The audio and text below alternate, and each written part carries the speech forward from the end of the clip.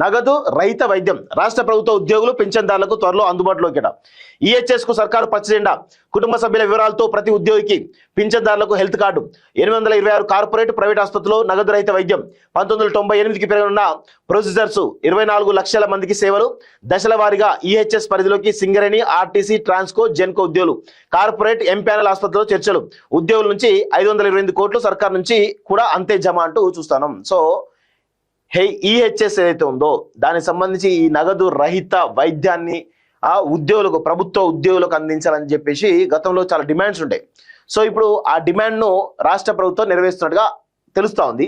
So అక్కడ నుంచి సగం ఏమో రాష్ట్ర ప్రభుత్వం కడితే సగం ఏమో ఉద్యోగులు కట్టాలట. సో దాంతో ఈహెచ్ఎస్ దాదాపు 24 లక్షల మందికి బెనిఫిట్ పొందేలా ఈ యొక్క పరిస్థితి ఉన్నట్టుగా కనబడతా ఉంది.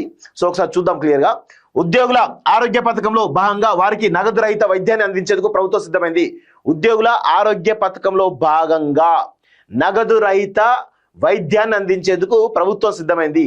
ఈ మేరకు సోమవారం జరిగినటువంటి మంత్రిమండలి సమావేశంలో employees cashless health scheme, employees cashless EC health scheme ECHS.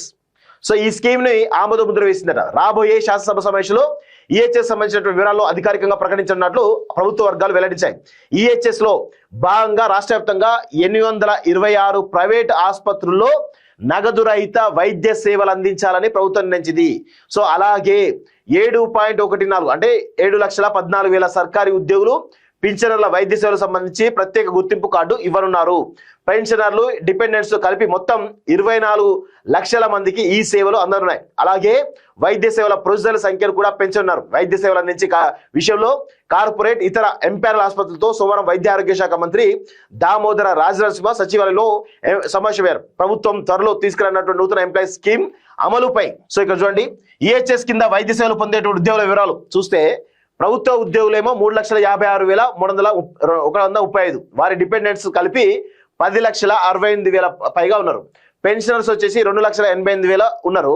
వారి డిపెండెంట్స్ వచ్చేసి మొత్తం 2,16,130 ఉన్నారు. పోలీసులు 70,000 ఉంటే వారి డిపెండెంట్స్ 4,22,000 ఉన్నారు. మొత్తం 7,14,322 ఉంటే మొత్తం కలిపి 17,07,071 ఉన్నారు. ఇవి కేవలం ప్రభుత్వ ఉద్యోగులకు సంబంధించినటువంటి విషయం మాత్రమే. సో ఇవి కాకుండా జెన్కో, ట్రాన్స్కో, సింగరేణి ఇలా కొన్ని కార్పొరేషన్లు ఉన్నాయి కదా, వాటిని కూడా కలుపుకుంటే దాదాపు 24,61,393 మంది ఉన్నారట. సో ఇవి అంటే ఈ 24 లక్షలు అయింది ఓన్లీ ఈ లెక్క.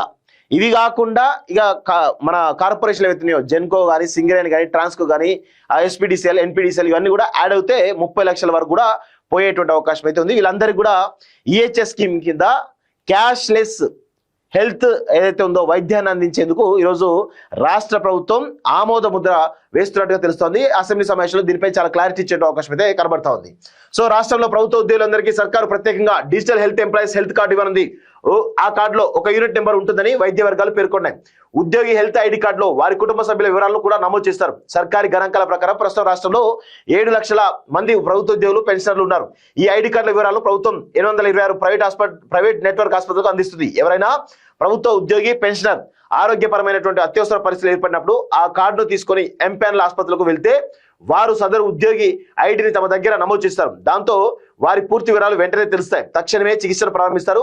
ఆ 826 ప్రైవేట్ ఆసుపత్రిలో 652 దవాఖానాలు వైద్య విద్య సంచాలకుల ఎంపానల్ జాబితాలో ఉండగా 174 హాస్పిటల్స్ ఆరోగ్యశ్రీ ఎంపానల్ జాబితాలో ఉన్నాయి. ఇప్పటిదాకా ఉన్న విధానం ప్రకారం ఎవరైనా ప్రభుత్వ ఉద్యోగి ప్రైవేట్ ఆసుపత్రిలో వైద్యం చేయించుకోవాలంటే డిఎంఈ గుర్తించినటువంటి అనుసంధానమైన ఆసుపత్రిలో ట్రీట్మెంట్ తీసుకోవాల్సి వచ్చేది. అలాగే ముందుగా వైద్యానికి అయ్యే ఖర్చులని భరించాలి. అనంతరం రియంబర్స్మెంట్ కోసం ప్రభుత్వం దరఖాస్తు చేసుకోవాలి. సో ఇది ఈ విధంగా ఉండేది అన్నట్టు. సో ఇప్పుడు అట్లా లేదు.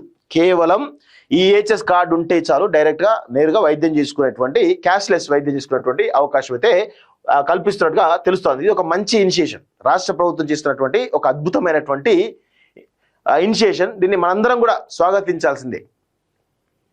మూల వేతనం నుంచి చూడండి, ఇక్కడ ప్రస్తుతం ఎంప్లాయీ స్కీమ్ కింద ఆసుపత్రిలో 1885 ప్రొసీజర్స్ అందుబాటులో ఉన్నాయి. డిఎంఏ పరిధిలోని ఆసుపత్రిలో మాత్రం 1998 రకాల ప్రొసీజర్స్ ఉన్నాయి. కొత్తగా తీసుకురాబోయే ఈహెచ్ఎస్ లో డిఎంఈ పరిధిలో అందిస్తున్నటువంటి 1998 రకాల ప్రొసీజర్స్ ను అందుబాటులోకి తీసుకురాను. అలాగే ప్రతి నెల ఉద్యోగుల మూల వేతనం నుంచి 1.5% మొత్తాన్ని కట్ చేశారు. అలాగే పెన్షన్ నుంచి కూడా ప్రభుత్వం నుంచి అంతే మొత్తం ట్రస్ట్ కేర్ కు జమ అవుతుందని ఉన్నతాధికారులు వెల్లడించారు. ఉద్యోగులు ప్రభుత్వం నుంచి వచ్చేటువంటి మొత్తం ఏటా 1,056 కోట్లు అవుతుంది. అవి కాగా ఈహెచ్ఎస్ ట్రస్ట్ కేర్ చైర్మన్ గా ప్రభుత్వ ప్రధాన కార్యదర్శి వ్యవహరిస్తారు. అలాగే ఉద్యోగుల నుంచి 6 పెన్షన్స్ నుంచి 2 ట్రస్ట్ లో సభ్యులుగా ఉంటారని వైద్య వర్గాలు పేర్కొన్నాయి. అలాగే ట్రస్ట్ నుంచి 1 సభ్యుడిగా వ్యవహరిస్తారంటూ చూస్తా ఉన్నాం. సో ఈ విధంగా కొంత శాతమేమో ఎవరి ఉద్యోగుల నుంచి పెన్షన్ల నుంచి కట్ చేస్తారు. మిగతా ఏవైతే ఉన్నాయో అవి ప్రభుత్వం కూడా పెట్టుకునేటువంటి అవకాశం ఉంది. అంటే 50-50. 1,056 కోట్లలో సగం ఏమో ప్రభుత్వ ఉద్యోగులు పెన్షన్లు పెట్టుకుంటే ఇక సగం ఏమో ఇటు వీళ్ళు పెట్టుకుంటారు. సో వీళ్ళందరూ ప్రభుత్వం పెట్టుకుంటుంది. సో దీంతో పాటు ఈహెచ్ఎస్ స్కీమ్ లో భాగంగా పెద్ద ఎత్తున ఈ క్యాష్లెస్ సంబంధించినటువంటి వైద్యాన్ని అందించేందుకు రాష్ట్ర ప్రభుత్వం ఆ దిశగా కసరత్తు చేసినట్టుగా తెలుస్తా ఉంది.